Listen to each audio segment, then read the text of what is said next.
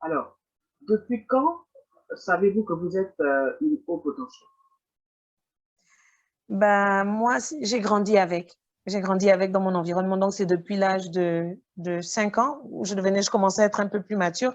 Mais ma mère me disait toujours que c'était avant mes 5 ans. Parce qu'à l'âge de 3 ans déjà, pendant des fêtes, je dansais avec des personnes très âgées, plus âgées que moi, la pachanga et la salsa correctement. Donc, j'ai évolué avec et pas trop d'amis, mais j'ai évolué avec.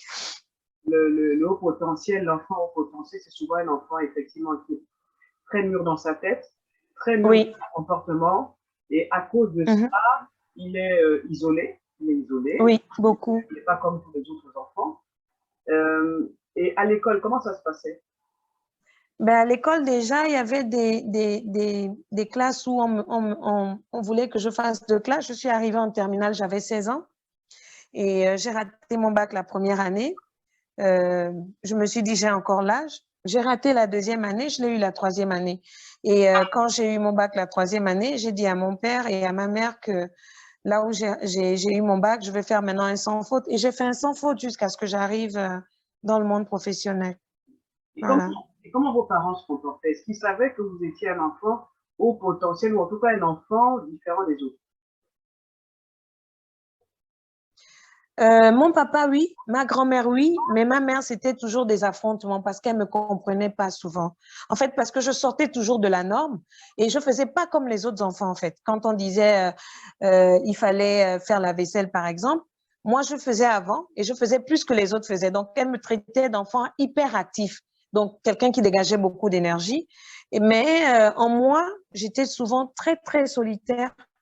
J'ai appris à parler aux autres convenablement à 17 ans. Mais c'était toujours avec un peu de comportement un peu conflictuel parce que j'étais toujours incomprise. Voilà.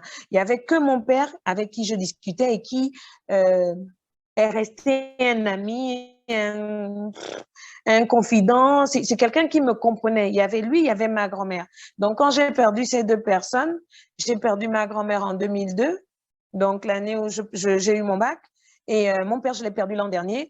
Je me suis, comment on dit, comment je vais utiliser le terme, je me suis renfermée encore plus sur moi-même.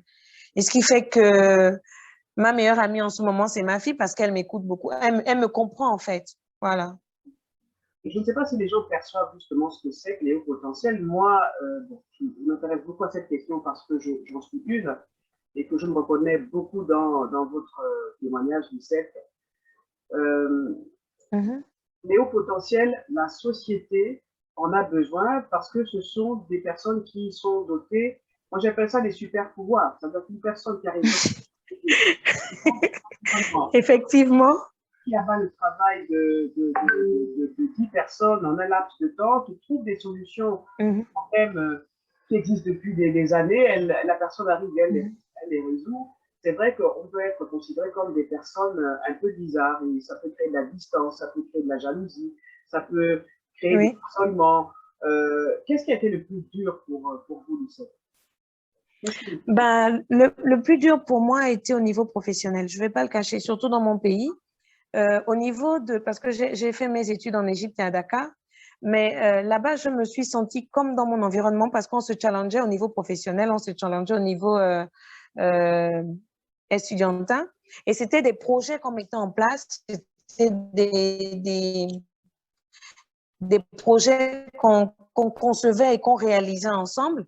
Et en rentrant chez moi, je me suis dit, je suis jeune, je vais trouver d'autres jeunes. Effectivement, là où je suis arrivée dans mon environnement professionnel, j'ai trouvé des jeunes comme moi. Je me suis dit, ben, tiens, on va proposer, mais on se retrouve toujours avec des personnes en face de soi qui vous disent clairement, celle-là, qu'est-ce qu'elle veut montrer? Elle veut dire que nous, on ne sait pas travailler. Vous êtes intuitif, hein? Moi, je sens la chose.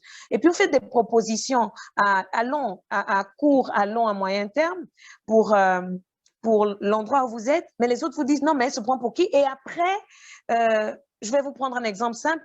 Je vous dis, par exemple, dans 2 ans, là, par exemple, on aura des problèmes de liquidité. Et vous me dites, c'est pas possible, machin, on a de l'argent et tout, c'est pas possible, on a bien géré nos comptes et tout.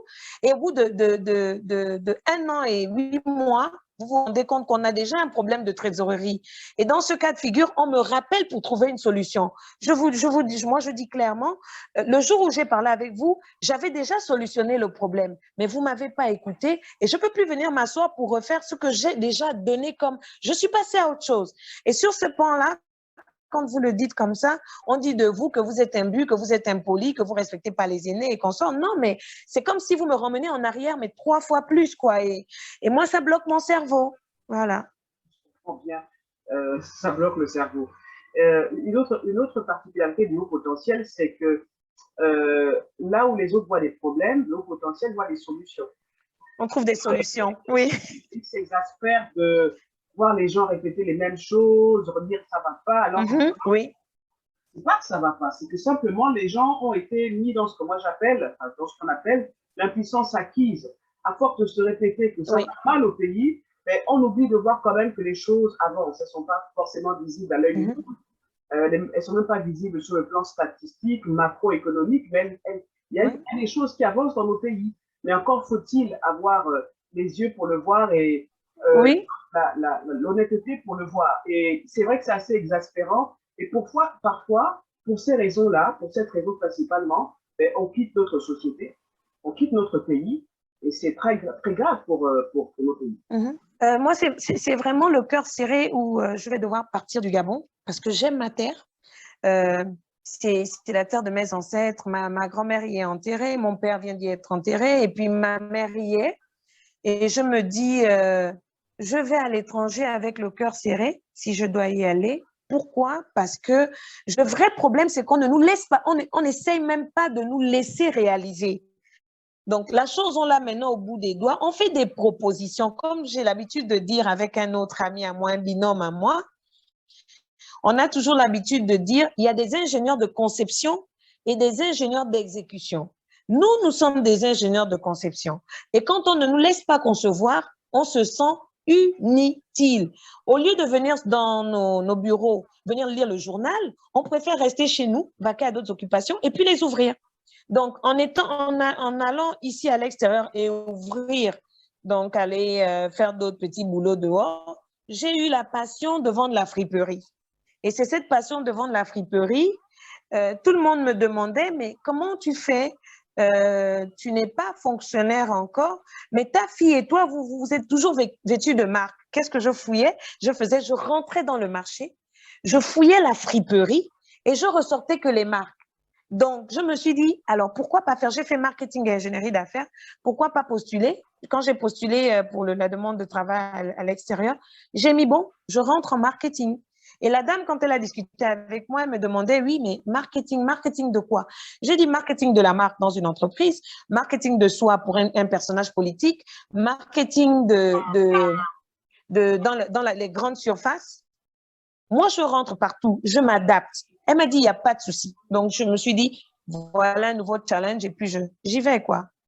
On aime les challenges, on est polyvalent, on sait faire une petite chose, une grande chose, on est à l'aise pratiquement partout et le monde nous appartient parce qu'on connaît notre valeur et on a une grande capacité d'adaptabilité. Ça, je le dis souvent. Moi, on m'enverrait au pôle Nord que je m'y adapterais et que je trouverais l'endroit magnifique. Comme voilà. Et sur le plan personnel, sur le plan de la femme au potentiel, je suppose que c'est en même temps, c'est pas facile. Oui, c'est pas facile, mais quand vous vous entourez des personnes aussi haut potentiel comme vous, j'ai rencontré quelqu'un il n'y a pas longtemps qui est un haut potentiel aussi comme moi. Il sent les choses comme moi, mais c'est un homme. Et il me dit à chaque fois, ben, on est fait pour se marier parce qu'on se comprend. Il est souvent incompris d'autres femmes et puis de barrières. J'ai épousé son métier parce qu'il me l'a présenté. J'ai apprécié. Je lui ai dit, je pars pour l'extérieur. Il m'a dit, je veux pas que tu partes parce que ici, on va faire de grandes choses. Je lui ai dit, ben, on est 2. Si on pouvait se retrouver à 10, on pouvait faire des propositions. Il m'a dit oui. Je dis, ben, peut-être de l'extérieur, je serais plus performante qu'ici et puis je pourrais apporter plus de solutions. Je lui ai dit, mais tu sais, quand je vais à l'extérieur, c'est pas forcément pour m'asseoir. j'ai des projets que je développe. Ce sont des projets qui peuvent après être rentables pour mon pays, que j'ai déjà mis en place. Donc, je vais aussi un peu comme chercher on va dire quoi, une autre banque financière pour mon pays parce que j'étais déjà dans la finance et j'ai déjà senti ce qui se passe. Donc, je suis sortie en me disant, c'est pas pour dormir, voilà. Donc, c'est une aide, des solutions que je peux apporter de l'extérieur. Mais pour la femme au potentiel, je crois que c'est, on va dire quoi, on a 42% de chances de tomber sur un homme au potentiel, ce qui n'est pas souvent évident. Voilà. Alors, votre domaine d'activité pour lequel vous travaillez encore au Gabon, c'est lequel précisément? Je suis dans la finance, la finance par rapport à l'extérieur. Je suis dans une direction où on fait des emprunts, donc dans tout ce qui est institution internationale. Et ces emprunts-là, c'est pour le financement des projets ici. Donc, les projets routiers, les projets, on n'a que des ministères techniques. Ce sont les besoins de ces ministères techniques-là que nous, on matérialise. Ils viennent avec des projets que nous, on matérialise en finance. Donc, avec leurs besoins, nous, on les prend. Tous les besoins qu'ils émettent, ils viennent dans notre direction. Et nous, on va chercher des financements pour eux. Donc, on va emprunter de l'argent pour la réalisation des projets qui viennent avec des projets qui viennent avec les ministères techniques. Donc, c'est voilà. Comme parallèlement, on reçoit aussi des dons. C'est un secteur stratégique. C'est un secteur stratégique. Un secteur très stratégique, une direction stratégique, mais qui n'a rien de stratégique. Quand je dis rien de stratégique, c'est que on a des jeunes qui sont à l'intérieur. C'est une direction où on devait, à la base, déjà nous faire prêter serment. Parce qu'on travaille, on manipule des données à caractère financier à haute échelle d'un pays. On a le droit de réserve. On devait nous mettre dans de bonnes conditions pour qu'il n'y ait pas de fuite d'informations. Mais on est dans des conditions qui ne sont pas agréables pour nous. On a des jeunes qui sont là depuis 4, 5, 6, 7 ans, 8 ans, qui ne sont pas intégrés. On a des jeunes qui sont là. On ne nous a jamais fait prêter serment. Moi, je suis dans un service où on a droit de réserve, je suis au contrôle. Donc, c'est plus mon caractère militaire qui fait en sorte que je puisse avoir ce droit de réserve-là et qui, machin, il y a des documents, je traite tout là-bas. Quand j'ai fini, je suis sortie. Et puis, quand on me demande, mais il y a-t-elle, je dis, je ne suis pas au courant. Voilà. J'évite, je suis pas très extérieure parce que je sais que je suis dans une direction stratégique. J'ai pas beaucoup d'amis. Je suis plus chez moi avec ma fille.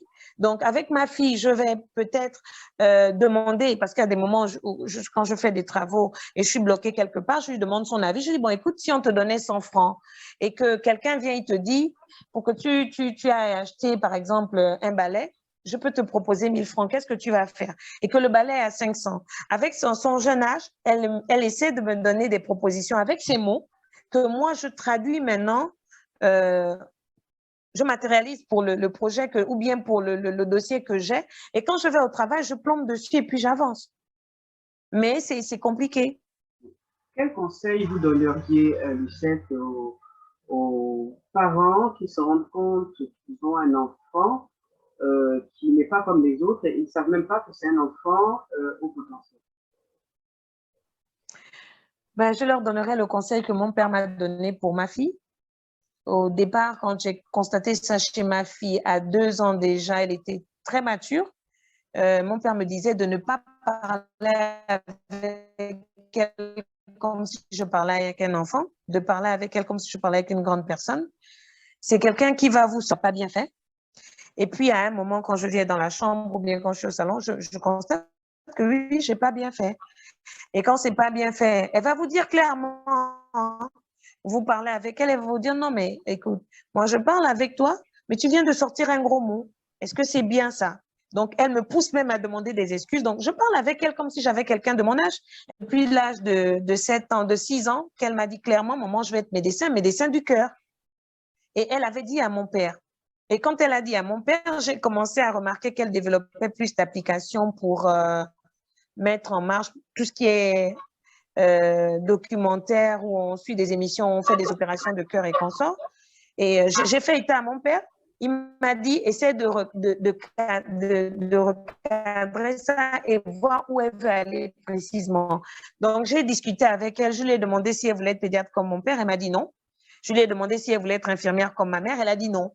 Elle m'a dit clairement, moi, je vais être médecin, mais médecin du cœur. Et quand elle a dit, j'ai dit à mon père, ben, elle veut être médecin du cœur. Et mon père a dit, ben voilà, c'est son choix. Il faut maintenant. Et je vous assure que tout ce qui est mathématique, elle rafle les prix chaque année en maths et en calcul mental. Elle est première dans ça. Et elle a monté une application il y a 2 ans sur la gestion des battements de cœur des malades. C'était dans un institut. Elle a monté une Oui, application. oui, ce sont des applications. On les a appris à monter des applications l'année dernière. Oui, l'année dernière. Et c'était un camp, en fait, un camp qui était organisé par un monsieur qui travaillait à l'ambassade des États-Unis. Il a fait une école où il recevait des enfants chaque samedi. Et quand ils sont allés, ils apprenaient aux enfants comment on monte des applications et comment. Donc, elle, son application précise, c'était dans la gestion des battements de cœur. Donc, elle a fait avec le monsieur, il m'a demandé de suivre après. Mais moi, je ne suis pas informaticienne et le corona est venu, donc ça a un peu tout bloqué. Ce qui fait que les chaînes qu'elle suit la plupart du temps, ce sont les chaînes de sciences, donc National Geographic. Elle va vous dire, moi, elle m'a étonnée, hein, un matin, elle a suivi une opération, excusez-moi du terme, du rectum. Je ne savais pas ce que c'était. Et puis, je me suis réveillée très tard la nuit. Je me rends compte qu'elle n'est pas sur son lit. Je regarde l'heure, il est 5 heures. Tout de suite, j'étais affolée. Je me suis dit, ben, on m'a volé mon enfant. Et quand je vais aller devant la télé, je lui demande, mais tu n'as pas encore fermé l'œil? Elle me dit, non, maman, je n'ai pas fermé l'œil. J'ai vu qu'il y avait une annonce sur TF1 qu'on devait faire une opération du rectum à un patient. Ben, l'opération a pris plus d'heures que prévu. Donc, j'ai suivi l'émission jusqu'à la fin. Et puis, moi, paniquée, je me suis dit, mais c'est quoi le rectum? Je suis allée fouiller dans le dictionnaire parce que je ne savais pas. Quand j'ai vu, j'ai dit, mais mon Dieu, elle m'emploie même des termes médicaux. J'ai appelé mon père et je le lui ai dit et il m'a dit non. Il a discuté avec elle pendant longtemps et puis il a dit non, il ne faut pas la gronder. Elle voulait voir, elle m'a expliqué toutes les étapes de l'intervention chirurgicale et elle m'a dit après que c'est ce qu'elle voulait faire. Elle a 8 ans. Wow. Elle a 8 ans et elle m'a dit qu'à un moment, mets-moi dans les conditions parce qu'à 25 ans, je vais être professeure. Voilà. Donc, je suis en train de la mettre dans les conditions. Cette année, elle est en CM1, mais c'est un CM1 qui est dans un établissement où ils ont mis tout ce qu'ils ont comme haut potentiel dans une classe. Des enfants pétris de talent, mais avec beaucoup d'énergie. Ils sont dans une classe, mais vraiment, chapeau à cette dame-là, c'est pas de la publicité. Mais elle a mis tous ses enfants, elle les a suivis depuis la crèche. Et depuis la crèche, elle a fait rentrer dans cette classe-là des enfants qui sont comme ces jeunes. Donc, c'est une classe qu'elle fait suivre. Là, cette année, ils sont en CM1. Mais elle m'a carrément dit que ce n'est pas un CM1, c'est un CM1, CM2. Ils vont passer le concours cette année, le CEP. Et bravo à cette dame-là. Je ne sais pas si je peux citer le nom de son école. C'est les Kikinou. Bravo à la fondatrice parce qu'elle fait un gros travail. Elle fait un gros travail dans la gestion des enfants hyper actifs, donc des enfants haut potentiel. Moi, je me dis, je n'ai pas trouvé mieux. Elle m'a bien encadré mon enfant jusqu'à là maintenant. Et vraiment, c'est une école qui, aujourd'hui, si je pars du Gabon, après le cursus de ma fille, parce que je ne sais pas si elle va finir le cursus cette année ici, mais c'est vraiment c'est avec un gros cœur, parce que je voulais la laisser terminer l'année. Elle a tout. Elle a mis à cet enfant l'esprit Kikinou. Et l'esprit Kikinou, ce sont des jeunes qui, à partir d'un certain âge, se retrouvent, par exemple, à passer le bac à 16 ans et qui sont très pluridisciplinaires. Et voilà quoi. Les enfants savent là où ils veulent aller dès le bas âge. C'est un peu ça. Alors, c'est un hasard qu'on se retrouve, Erika, Lucette Erika, parce qu'en fait, oui. Je vous ai formé à un moment. Oui, vous m'avez formé, oui. En 97, 98, au camp de formation du PNUD, en relation avec l'ambassade du Canada, pour la mise en place de la radio éducative Radio Émergence. Et vous m'avez prise, j'étais dans votre salle en tant qu'animatrice. J'avais déjà des antécédents de communication parce que j'ai une aînée qui a fait de la communication et un oncle qui était chez Vous Africa, pour le citer, le défunt Omer Léonce Remendambia. Voilà. Et donc, quand je suis allée dans ce camp-là, on avait été recrutés depuis les écoles, les établissements où on était. Moi, j'étais à Immaculée. On m'a recrutée et j'étais très ravie de rentrer. Ce qui fait que au niveau de la communication, même dans les secteurs d'activité où je vais travailler, je n'ai pas du mal, je n'ai pas de problème de communication. C'est très fluide. Hein. Et j'ai eu en griffe cette année, il y a 2 ans, il y a 4 ans, un directeur assez génial qui m'a permis, moi, de m'exploser parce qu'il me disait toujours, je ne donne pas à la direction dans laquelle je suis, je n'ai pas encore donné même 90% de moi. Je n'ai donné que 0,99. Et qu'est-ce qu'il a fait? Il m'a mis dans son association. J'ai travaillé avec lui. Je me suis déployée en communication. Il m'avait donné un challenge. C'était la campagne qui avait commencé, les législatives et les municipales. Et une semaine après, le pan communication de sa province n'avait pas commencé. Il m'a appelé dans son bureau, il m'a dit, est-ce que ça te dit de me prendre la communication en main? Je vous assure, j'ai géré la communication de cet événement-là. J'étais dans ma chambre. J'ai travaillé avec ma tablette et mon téléphone. Les unités qui étaient sur place, je les ai déployées. Il est allé avec des gens qui étaient dans les comités consorts. Dans chaque comité, dans chaque village, dans chaque département, j'avais un représentant qui me faisait le débriefing chaque 22 heures. C'était l'heure qu'on s'était donné. Voilà. Et quand ça revenait, on avait créé une page Facebook. Quand je faisais le débriefing, j'annonçais déjà l'événement du lendemain d'une autre province et je faisais le débriefing de la journée dans le village où on est passé et avec toujours en bas le petit pan, ce que les jeunes en pensent. C'était une rubrique que j'avais mis en place. Et quand on a terminé les élections, il fallait faire un rapport. Moi, je leur ai produit un dossier de communication. Voilà. Donc, dans le dossier de communication, ils retrouvaient tout ce que les jeunes pensaient, tout ce que les vieillards pensaient et tout ce que les hommes politiques qu'on avait accompagnés pensaient pour un Gabon meilleur. Voilà.